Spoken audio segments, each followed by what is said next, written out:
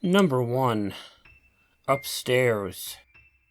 I remember the first time I spent Christmas at my grandparents' house. My family lived further south than them, and I wasn't used to the cold weather. Although we visited her many times before, it was never a cold winter like it was that year. Not only that, this winter was the first time that I had ever seen snow.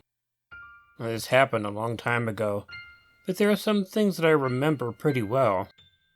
For some reason, I remember the front door to her house. It had windows in it, and I remember those windows being so frosted over that you couldn't see out of them. It was the first time that I had ever seen something like that. The Christmas tree was nice, and in the front window, which was also covered with frost. All the aunts, uncles, and cousins were supposed to come over on Christmas. We were the only family that lived far away, so we were the only family who stayed at my grandparents' house, though. It was a pretty old house that was out in the country. I always enjoyed being there, even though it was much different than what I was used to. For example, there wasn't a furnace in the house. Everything was warmed with a coal-burning stove that was in the living room. I used to love that stove, and when I was really cold, I would go up and stand up against it to keep warm. I always slept on the upper floor. There were some old beds up there, and that was always where the kids would sleep. My brother and I normally slept on a bunk bed that was up there, him on the top and me on the bottom. It would always get really cold up there, so we always had a lot of extra blankets. Despite the many blankets, it still got very cold up there at night. Not being used to the cold, I would always wake up. My brother and I were the only two that were sleeping up there, so there was no one else in there. So this was Christmas Eve when this happened. My brother was the type to always fall asleep pretty quickly. He also had a snore which could sometimes wake the dead. Fortunately, this night he wasn't doing that. I was having a difficult time sleeping. It was Christmas Eve after all. We were all looking forward to Christmas morning. And that was when it happened. Sure, it was dark in the room, but I was still able to see somewhat well. There was someone on the other side of the room. He was standing in the shadows and looking at me. I only got a bit of a glimpse of him standing there, and I could tell that he was looking right into my eyes. I jumped up and woke my brother up. I told him, and he looked over, and he saw the man standing there too, so I know that I saw it. I went and turned on the lamp, and the moment I did, the room was empty. The man that we saw standing there was just gone. He couldn't have gotten out of the room by running out that quickly, plus we would have heard him on the stairs. He was just completely gone. I remember my brother saying, "It must have been freaking Santa Claus." Well, he used a different F word, but I don't want to put profanity in your video. There was no one that broke into the house or anything.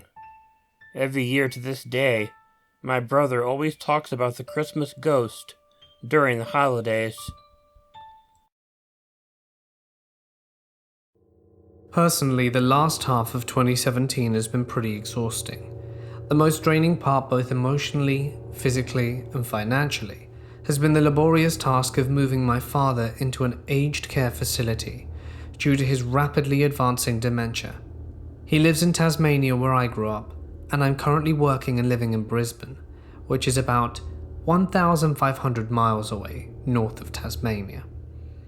I have been making 3.5-hour flights down to Tasmania about twice a month to sort out my dad's situation. I have been busying myself by fixing up his empty, dilapidated home in order to get it ready to be sold. I moved out all of his furniture and belongings, save for a pile of blankets and pillows that I turned into a makeshift bed on the floor while I'm visiting. The house is situated in a semi-rural area, surrounded by overgrown trees and bushes. It's an old house, damp, everything creaks, and there's currently no electricity, which is very creepy during the night. The house itself is not very secure. With no security system, the doors have locks, but a forceful nudge will pop them open. I flew in on Christmas Eve in the late evening, picked up my hire car to make the hour-long drive down to the house. I stopped in at a mate's place who lives about 10 minutes away from my dad to have a few beers and chat about the year that had just passed. After a few hours, I realized I had probably surpassed the legal blood alcohol limit to drive. My mate's legendary wife dropped me off at my dad's and offered to come back in the morning to pick me up and go back to their place to get my car. A Christmas miracle. I entered my dad's house around midnight.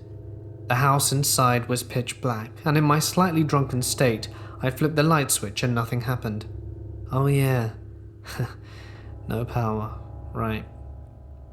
Using my phone as a light to navigate my way through the house, over the creaky floorboards, I noticed that some of the tools that I had left laying around the house had been stolen. I sighed and accepted the fact that it was my own stupid fault for leaving them out in an unsecure house. Some kids probably noticed that no one is living there and took advantage of the situation. It was unsettling knowing that someone had been there, but I didn't bother calling the police over a hammer, wrench, and screwdriver that came to a grand total of about $16. Good news was the big toolbox, which I kept locked up in the laundry cupboard that houses the more expensive power tools, was still there and intact. I studied the padlock and the space around it, and it looked pretty scratched up and dented, like someone had crudely attempted to prise it open.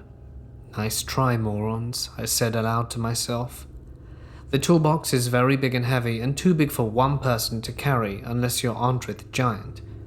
Exhausted, I went into one of the furnitureless rooms and made my makeshift bed out of blankets and pillows. I couldn't get comfortable, and it was taking me a while to drift off to sleep. As I was laying there, the only sound I could hear over the ringing of my tinnitus was the gentle rustling of leaves and the wind through the trees.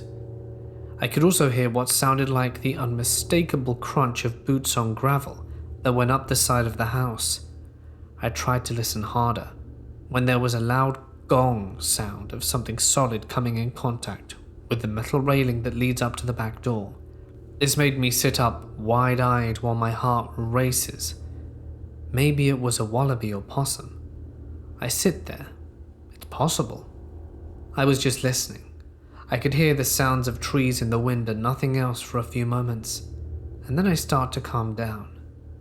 This was interrupted by the pop and squeak of the back door being pushed open. Crap. Now I freeze. Not knowing what to do, I could hear footsteps creaking through the back of the house, and I hear the laundry cupboard being opened. I was at the other end of the hallway, but I could hear whispers. The only words that I could make out were, "There, shh, quick." I pull myself together, pull out my phone and call the police. I chat to the dispatcher while burying my head under the pillow and muffling my voice. I explain the situation to the dispatcher and says that the police are on their way. While this is happening, I can hear a chink sound of what I'm assuming was the lock of the toolbox trying to be broken. The dispatcher suggests that I lock the door of the room I'm in. I agree, and I slowly pad over across the room to the door. One of the floorboards creaks so loudly. I freeze and hear dead silence from the laundry room. They must have heard. After about 30 seconds of standing still, I try to take another step and get yet another high-pitched creak. But this seems to work in my favor, because my new house guests scatter away out the back door. I lock the bedroom door, tell the dispatcher that I think they've gone, and she tells me to stay put until the police arrive, and I tell her that I'm more than happy to comply. After about 5 minutes, the cops arrive, and the dispatcher bids me farewell. The police did a search of the area, but as expected, found nothing. They had tried to break open the toolbox. One of the cops says, "Why didn't they just use bolt cutters? Amateurs," and we all have a laugh. I explained to the police about how when I came home, some of the tools that I had left lying around were stolen, and that the toolbox looked like it had already been attempted to be broken into. Upon hearing that, the other cops started his theory of how the events took place. They probably broke in earlier tonight before you got there, grabbed what they could, tried to open the toolbox but couldn't, and then left to go get something else to open it with. While they were gone, you came home, and they arrived back here to open the toolbox. I doubt they were dangerous, probably just kids. Good timing, I think to myself. I made the report and that was that. I stayed up until sunrise, then decided to get a couple of hours sleep until my mate's wife came to pick me up and collect my car. I ask if I can keep my tools at their place for safekeeping, to which they agree. I drove down to my dad's old folks' home and had Christmas lunch with him and his new elderly buddies. The following day, I go to a hardware store and purchase some new, sturdier door locks.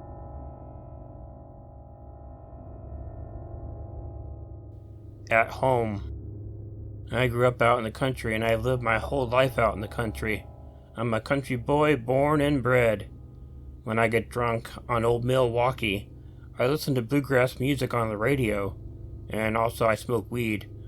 I've always liked living like that, and I even have with someone else, writing the story for me because I can't really write that well. But I wanted to tell the story of the scariest thing that happened to me on Christmas. I could have stayed living with my parents for as long as I wanted to. Well, my mom loved me, and she would have kept me forever, but you know how it is. I wanted to get out and get on my own, and start forming my own life. So I took a job working on a farm. The guy who owned the farm had an old building in the back of the farm that he let me live in. It was set pretty far away from his house. It didn't have heating, but it did have water and electricity and a stove, so I was able to have food. But I had to use the stove to keep warm sometimes in the winter, but that didn't bother me at all. Of course, in the winter times, there wasn't nearly as much work to do as there was in the summer. There were things to do, but they were done pretty quickly and pretty easily. I ended up spending a lot of time alone in that small building.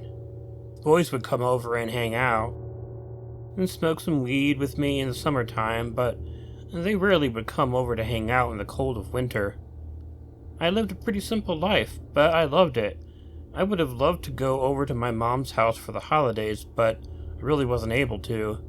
There was work on the farm every day, even if it was only a little bit of work, so I had to be home during that time. I was a little bit sad, and I'm sure my mom was too, but there really wasn't anything I could do about it. On Christmas Eve, I decided to make myself a little bit of a Christmas dinner. The family that owned the farm had gone off with other relatives for the holidays.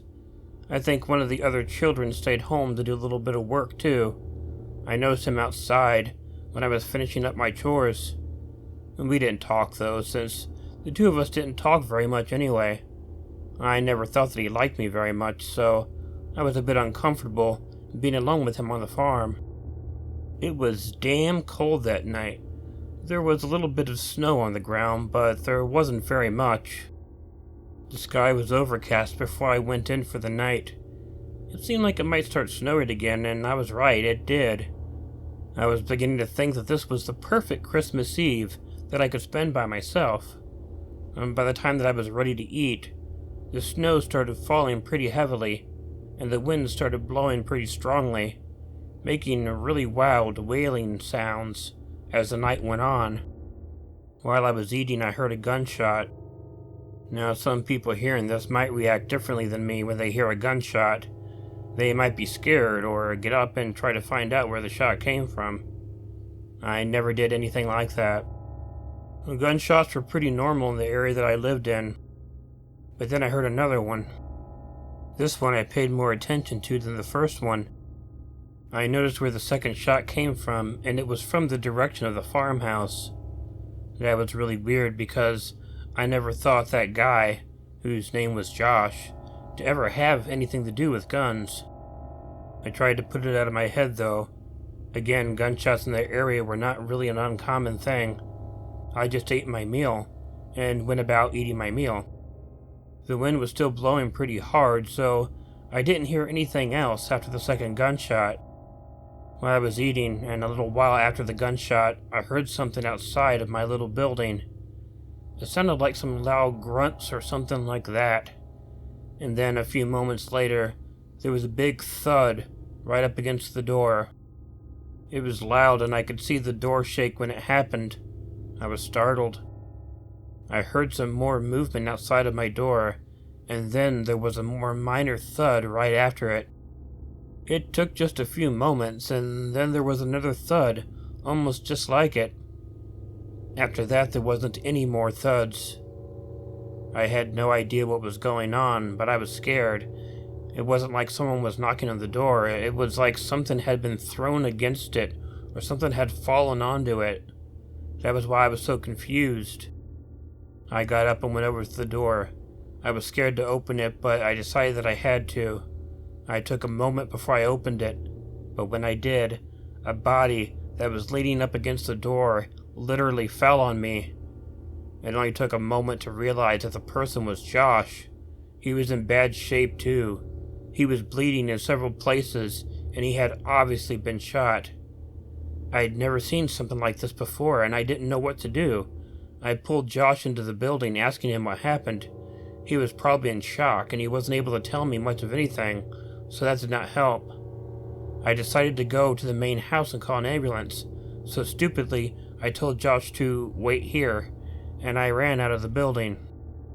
I was hustling, trying to make it to the house, but as I did, I rounded around the house up to the front. I saw that there was a truck in front of the house that I didn't recognize. I also saw that the front door of the house was open, so I stopped for a moment, trying to figure out what was going on. The guy in the car picked his gun up, although he was not looking in my direction. So hopefully before he did, I ran to the back of the house. Luckily, the back door to the house was unlocked. The 911 dispatcher was going to send police too, so I would have to tell them about that guy. I don't think he saw me, and I don't know if he intended to hunt Josh down, but I got back in the house and locked things up until the police showed up. Fortunately, Josh recovered, but it took a while. The man was arrested, and I don't know what happened after that.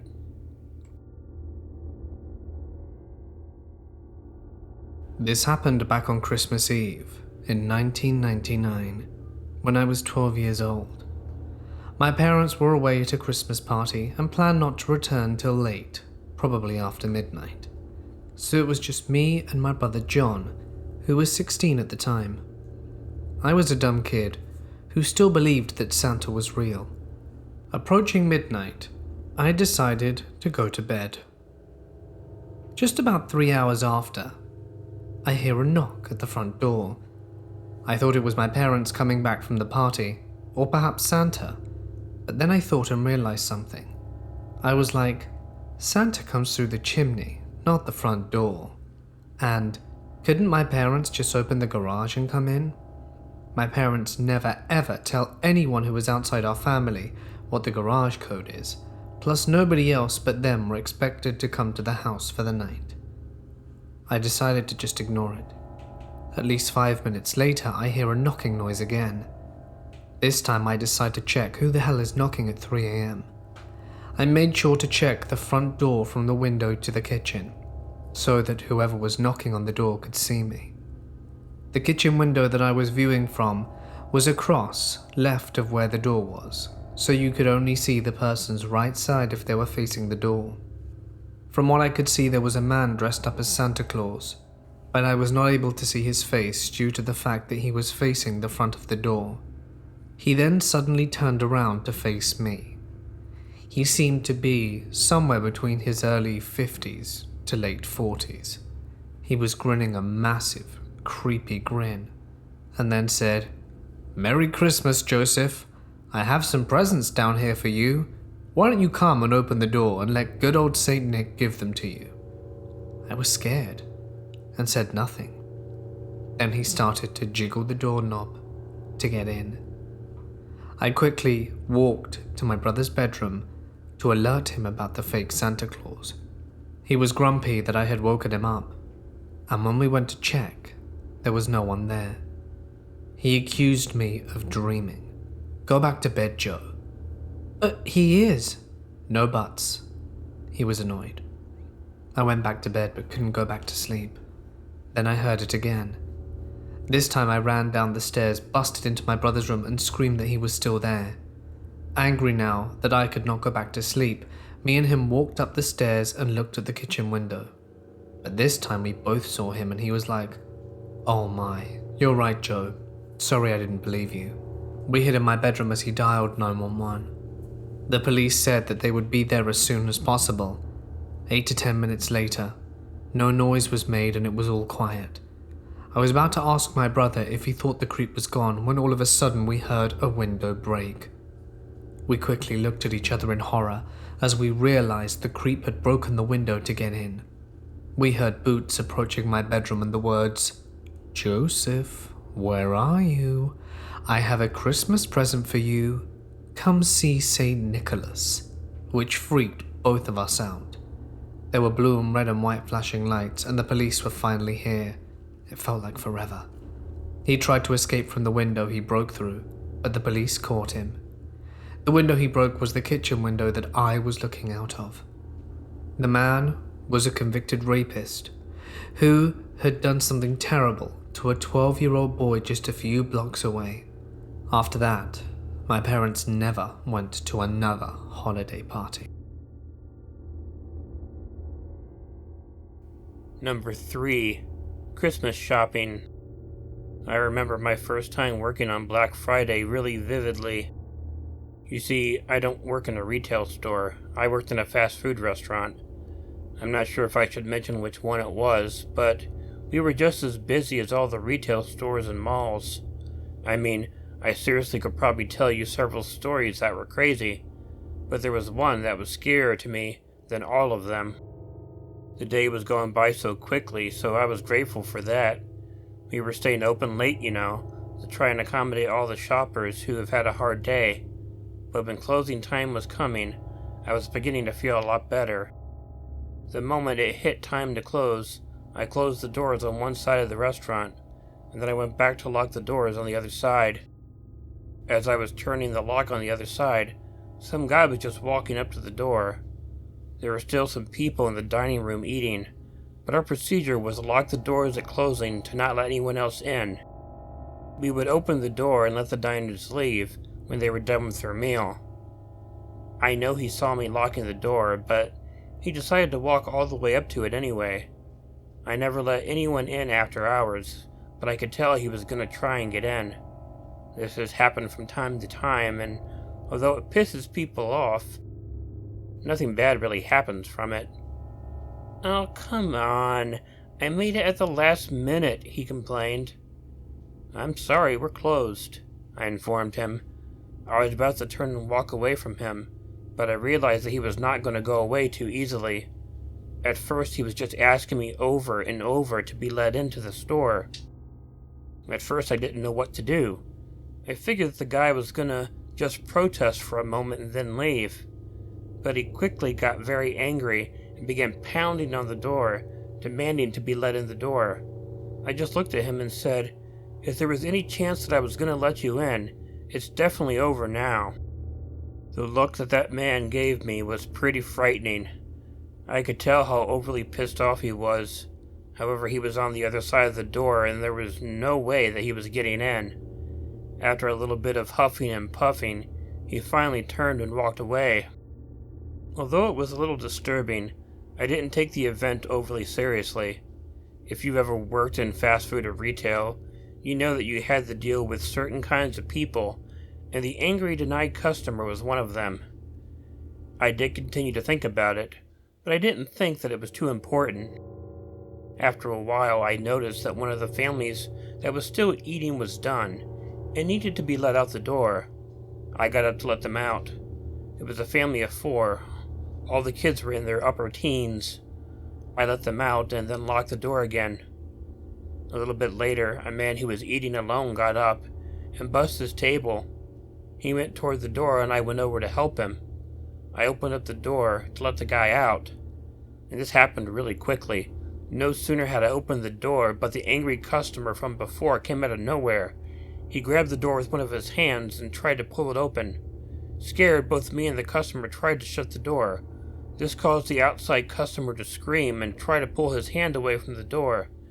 At first his hand was caught inside the door and it wasn't going anywhere, but I opened the door just a little bit to let him pull his hand out. When I did, I was able to close the door and lock it. I don't think I'd ever seen someone as pissed off as he was. The man took a knife out of his pocket and began yelling and screaming that he was going to cut me open when I left the restaurant. He was going to gut me. He kept yelling, screaming, and pounding on the door, trying to break in, but he was definitely not strong enough to break the door down. When he realized this, he stopped. He showed me the knife and then he ran off. The shock was overwhelming. Of course, the inside customer lost all interest in leaving the restaurant. We had to call the police in order to feel any sort of protection. Nothing really ever came from it though, and we never saw the guy again. He did not get arrested. I have been working at a restaurant for about 8 months now. My first job there was as a busser. I worked very hard and made a lot of friends, because I did favors for everyone. I would help other people do their job. I would come in early and stay late, and almost every day that I worked there I would throw out all the garbage. Needless to say, it didn't take long for my managers to notice and they started to promote me. After 3 months of working there, I became a coach for the new bussers that they would hire. This is when we met John. We had got a fresh crop of new bussers, and it was up to me to get them up to speed. John stood out from the rest only because of how absolutely terrible he was at doing his job. I mean, it's hard work, but it's very simple concepts, really. Pick up dirty dishes and plates and cups, throw away the garbage, wipe down seats and tables, then reset the table, and needless to say, he was very bad at this simple task, if he even attempted it at all. A lot of the time he would just walk by dirty tables and ignore the mess until someone told him to bus it. I worked with him as much as I could, but he had a permanent scowl and "I'm too good for this job" air about him. It didn't take long for every one of our staff to hate this kid. It was to the point where people dreaded working the same shift as him. As for me, I knew he was terrible, but I'm a nice guy, and I knew that all I had to do was say the word and he would be gone. But instead, I figured he needed work like the rest of us. The final straw was about 2 months ago. Side note, our restaurant is the busiest sports bar in the state and would normally schedule 3 to 4 buses along with 3 to 4 hosts on a single night. But we would all split the tip money and walk out with around 80 to 100 each. That being said, I was bussing with John, who was terrible, and a new kid with no training, so I'm in overdrive work mode. I'm not talking to anyone and my feet are a blur. I'm bussing 10 tops in at about 1 minute flat down to the wood. The dishwasher is running slow, so I'm running to the back and starting washing silverware. Garbage starts piling up and I'm running a mountain of trash to the dump in record time, then right into mopping spills. I hadn't noticed at this point that the other buses were missing, so now my manager is on the floor helping me bus because I'm falling behind. I thought, screw it, we're crashing and burning, might as well find out what these guys are up to now. I check every nook and cranny of the restaurant. No one has seen these guys for the past 45 minutes. My manager is pissed at me, which really is the hardest part for me. So I was like, screw it, let me check in the parking lot. Lo and behold, I find John and the new kid smoking weed in between some cars. I grabbed the new kid by his shirt collar, took him aside, and I said, if you want to keep this job, get inside right now and help me out. Me and the new kid went inside, and John followed behind us. That night while closing, my managers asked me why I was slacking that night. I responded with explaining that John was distracting the new kid by trying to get him to smoke during our dinner rush, but the new kid knew better.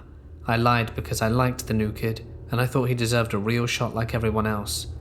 The next day, Jay was fired, and everyone knew why. I got him fired. It's Christmas Eve, last night, and it was a normal Hispanic Christmas Eve, drinking, dancing, dominoes, and smoking cigars. It's about 10:45 and I am smashed. The only people standing at this point was my grandmother, who's a party machine, me along with my girlfriend, and my uncle and brothers, all down just chilling on the couch when I get a text. The area code was from my area, but I didn't recognize the number. I open up the text and see, hey bro, it's John. I'm a busser at, I was wondering if you're over 21. Yeah, I'm closer to 30 than I am 21. Oh, cool. Do you want to buy me a bottle? I'm not old enough yet. Sure, whatever, where you at? Oh, I'm just driving around. Text me your address, I'll come by and pick you up. It was at this point that I got really confused about who I was talking to. John got fired and I didn't know any other buses called John. The liquor store's on the corner of this street and this street. Nah man, your exact address, I'll swing by and get you.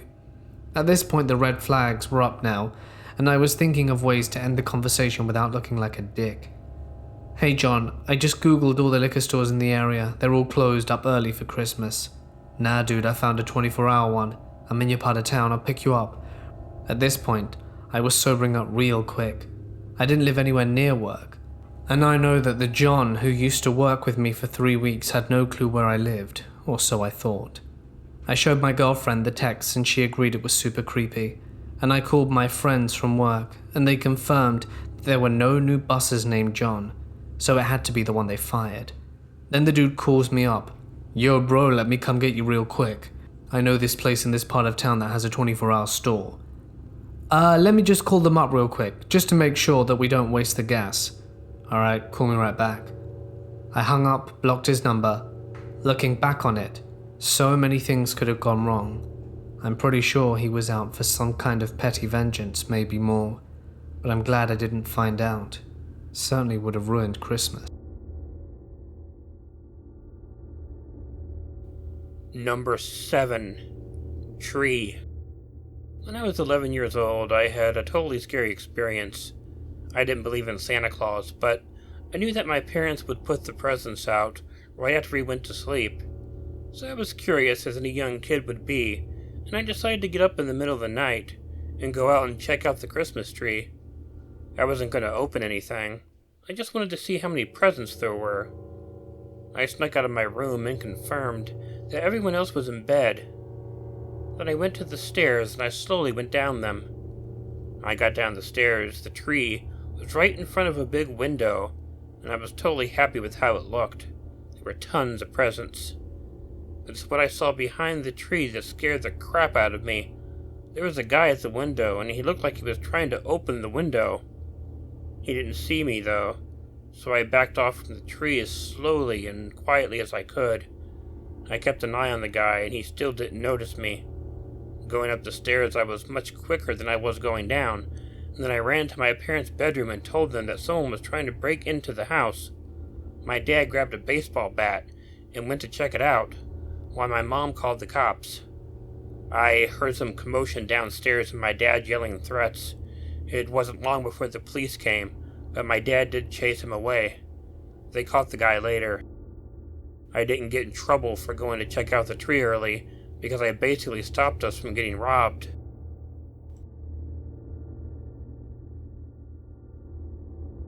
When I was in high school, I wasn't a very hard-working student.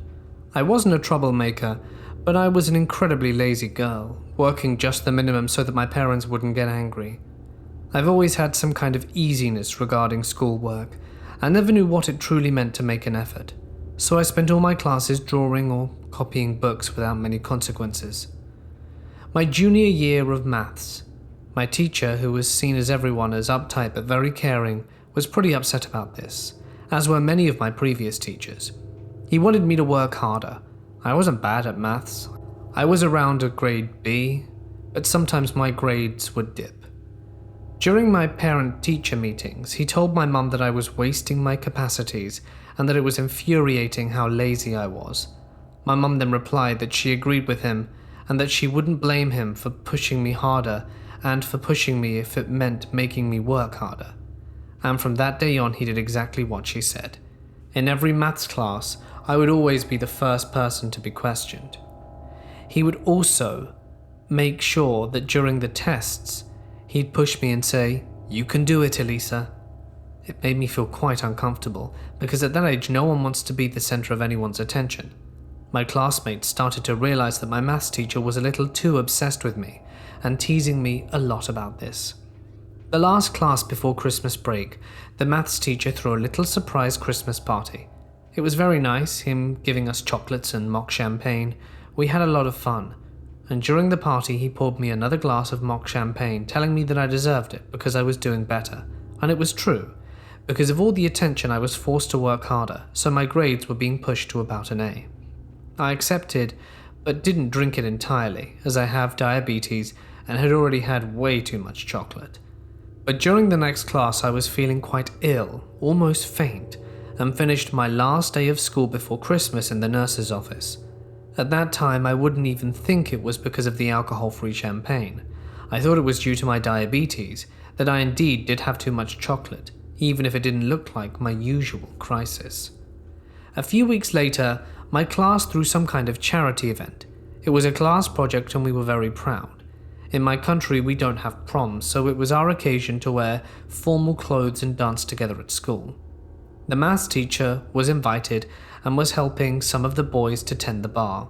He served me an alcohol-free cocktail, but before I could drink it, a classmate of mine called Flora poured some vodka into it, even though it was forbidden to bring alcohol to school. I was mad. Because of my diabetes, I couldn't drink alcohol, so I told her that she could just throw the cocktail away.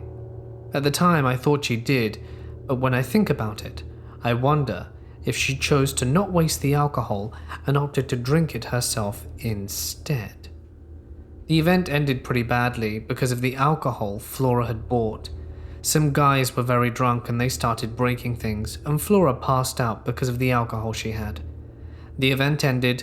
Flora had been admitted to hospital and was in a coma.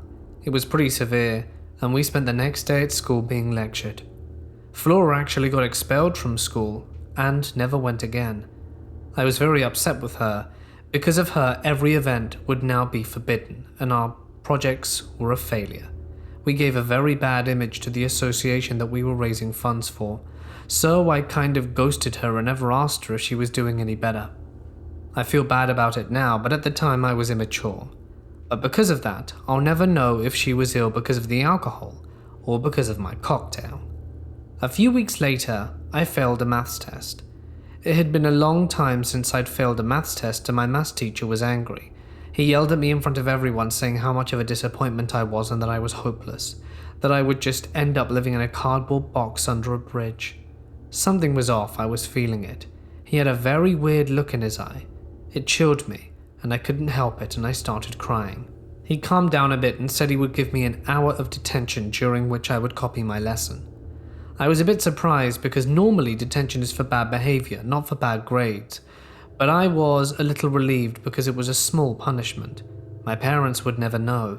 I lived quite far from high school, and there were buses only every hour. And because of that, even if I finished a class at 4, I could never be home before 5. And when I'd gotten detention between 4 and 5, my parents would never know. But then when he officially gave me the detention hour, he said that he wanted to be personally present during it, and that the only possible hour was 5 p.m. to 6 p.m. I was nervous as I knew that meant I'd have to tell my parents, and they'd know everything. As I said earlier, I wasn't a troublemaker, so I first planned to go to detention, but during the day my friend and I spoke about it, and I was feeling more rebellious. So I decided not to tell my parents that I was in detention and that one of my friends would pick me up at 6 and drive me home. At 5 p.m. when heading towards the detention room, I was angry, mumbling that it wasn't fair to be in detention because of one bad grade. And when I arrived, I realized I was the only one waiting. I then realized that I would be the only student there, alone with that maths teacher who was a little obsessive, and it was getting dark. It was late winter, and it was a big note for me. And when I saw him coming, I panicked and said, "Sorry, I have an emergency, I have to go now. I'll email the school for rescheduling the detention," and ran off. He started to yell at him and said that I had to obey him and go to detention and that he would call my parents, but I didn't care. I knew something was up. I sprinted towards the bus stop and caught my bus and made it home. I was afraid that he'd ring my parents, so when I arrived I was shaken, but my parents greeted me normally, so I assumed that he never did. He never came back the next day, nor in the next few weeks. Eventually I learned that he actually quit his position at the school. A shrink came during an hour to ask us if we ever wanted to talk about the maths teacher, but as no one knew what was going on, we didn't have much to say, so the shrink left and we never heard from him again. Until a few months ago. I became a teacher. How ironic, given my laziness when I was a teen. And one day, chatting with my coworker, I mentioned his name, talking about my weird, bizarre maths teacher and how I skipped a detention hour, and one of my oldest coworkers went very pale hearing his name. In fact, a few days after the detention hour incident, My maths teacher was arrested for having downloaded some videos from the dark web and some kind of snuff movies starring children and young teens. Maybe this detention hour was just a detention hour and I would have gotten out of it without any issues. But now I'll never know, and I've always wondered what would have happened if I'd have stayed there with him and hadn't have caught my bus. And sorry, Flora, maybe I was the reason that you were expelled. I'm going to take you back in time to the year 2007, when I was 16. Picture a Norman Rockwell-esque suburban family. Parents, 3 kids, a yard and a dog. In a blink and you'll miss it in the USA. One random day, a neighbor of ours has a mild dispute with another neighbor. As a totally warranted response, everyone's favorite neighbor, Mr. Samson, takes every hose he has and floods the other's yard. A solid decision leads to a solid consequence, so naturally he was fined for water waste. My parents run the water in our small town in the USA, and because Mr. Samson lived a block away from us, he decided to drive over to the water district, shouting that he is an acquaintance of my parents. Second solid decision of many to come from Mr. Samson. Absolutely no one takes kindly to name droppers, so tuck that gem away under your life facts. My parent comes in and tells him that even if his kid did this, they would still have the same repercussions, gracefully glossing over the fact that other than maybe driving by one another, none of us have ever had an interaction with Mr. Samson. Mr. Samson repeats the name of the man working the front desk as well as my parents' name and claims it's now personal, and storms out. My family members and I begin to see Mr. Samson at random places, constantly the DMVs, the grocery stores, our respective jobs. Apparently, when you're cuckoo for Cocoa Puffs and your parents pay for your house, you have all kinds of time to stalk. It went from random sightings while out and about to phone calls, the cliche 90s types calls of breathing and hanging up. I can see you variety. At this point, Mr. Samson was more of an annoyance than scary, but as I've stated, when you underestimate crazy, you lose every time. Mr. Samson began parking across from our house, staying from 6 p.m. to 4 a.m., literally sitting in his car blasting music just staring at the house. Fool must have had the determination and bladder of a racehorse, because who the hell sits out there for 10 hours? His music was trash too. Maybe he was a masochist into self-harm, seeing how long he could suffer through terrible music and a full bladder. I doubt anyone with a semi-rational concept of social interaction would fathom why. This went on from 3 to 4 times a week to a nightly occurrence. Imagine being a 16-year-old female that doesn't even feel comfortable to change in her room because of the prospect he might see through the blinds somehow, trying to sleep knowing he's out there. We were prisoners in our own home. He began to get bolder. Mr. Samson drove his car speeding and up onto the sidewalk at my sibling and her partner while they were on the sidewalk out front coming home from a date. They both had to physically jump out the way to avoid being hit. He made lewd gestures at me when I brought my dog out for a walk and was waiting for my sibling to come and join us. It was so bad I ended up crying and going inside. This has been going on for a year at this point. The cops always said the same thing. There's nothing we can do unless there's a threat made against you or someone is harmed. My parents confronted Mr. Samson in the street, being tired of his nonsense and asking him what the hell he's doing after my incident, to which Mr. Samson called the cops, and they came asking why we were harassing and threatening him. I will never understand why the system waits until you're a victim rather than prevent someone from being victimized. Almost 2 years in and it's Christmas time. My parent has a brain aneurysm. Fortunately, they made it through without any lingering effects, which is extremely rare. I convinced my other parent, who had been living at the hospital with their sick partner, to come home and shower and eat. About 9 p.m. we get a knock at the door. A random man in ratty clothes holding a Christmas present says that he's there to deliver it to family name. We ask who sent it, and he says that he can't say. We ask who he works for, and he shoves the gift at my parents and leaves. We're obviously uncomfortable to open it. My parents decide they need to know what it is, They open it. Inside is a 17-page document of the grounds why Mr. Samson is suing my parent that was currently in the hospital. Even I could tell it was fake with the grammatical errors and typos. Mr. Samson took the time to sit and type this up himself, thinking it would scare us. The document and fake detail he put in did not. The fact that this 40-something-year-old man was so fixated on our family that he sat and typed 17 pages of fake documents did scare us. Things progressed, and Mr. Samson began pacing in front of his car and pretending to have a phone call, where he talked about punching my parents down the stairs or knowing where the kids went to school and worked and how easy it would be to access us at any time. At the time, I worked a closing shift that let off about 1 a.m. He would be parked next to my car and follow me home. One time I even tried to make random roads and he still stayed straight behind me, pulling up to the house with Mr. Samson parked across the street. Think a neighborhood street, with cars a good 5 feet away from each other and having to get out and run to the door. It was a nightmare. We were all exhausted from not only the aneurysm scare but also living and looking over our shoulder. My parents' friend told her friend, who is a district attorney, about the situation. She called and came over and took our case pro bono. Testifying was a wild ride. We had to put in official statements prior to being called to the stand. We were not allowed to be in the room where a family member was testifying, nor were we allowed to talk in the halls as we waited for our turn. Imagine reliving 2+ years of traumatic experiences, being cross-examined where you're made out to be a liar, and then not able to have your family come to support you afterwards was not ideal.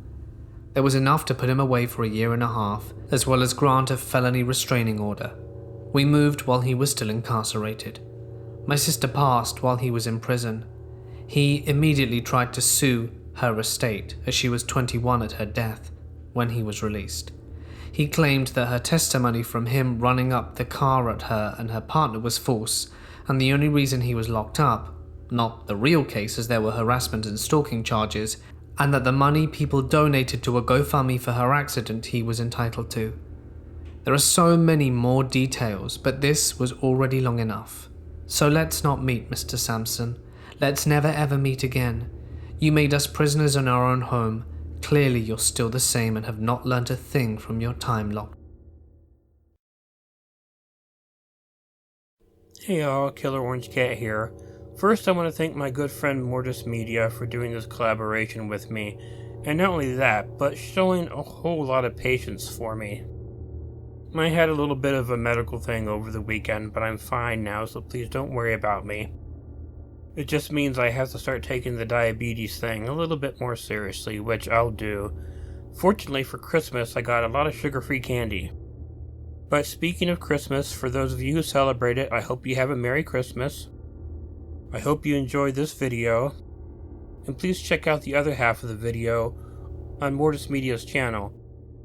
The link is in the description, and it will appear at the bottom of this video once it's over. Other than that, I hope everyone's happy, hope everyone's having a great Christmas, and whatever you do, even on Christmas, don't forget to check in your closet and check under your bed, because you never know where a killer or a cat might be hiding. Good night, and meowy Christmas.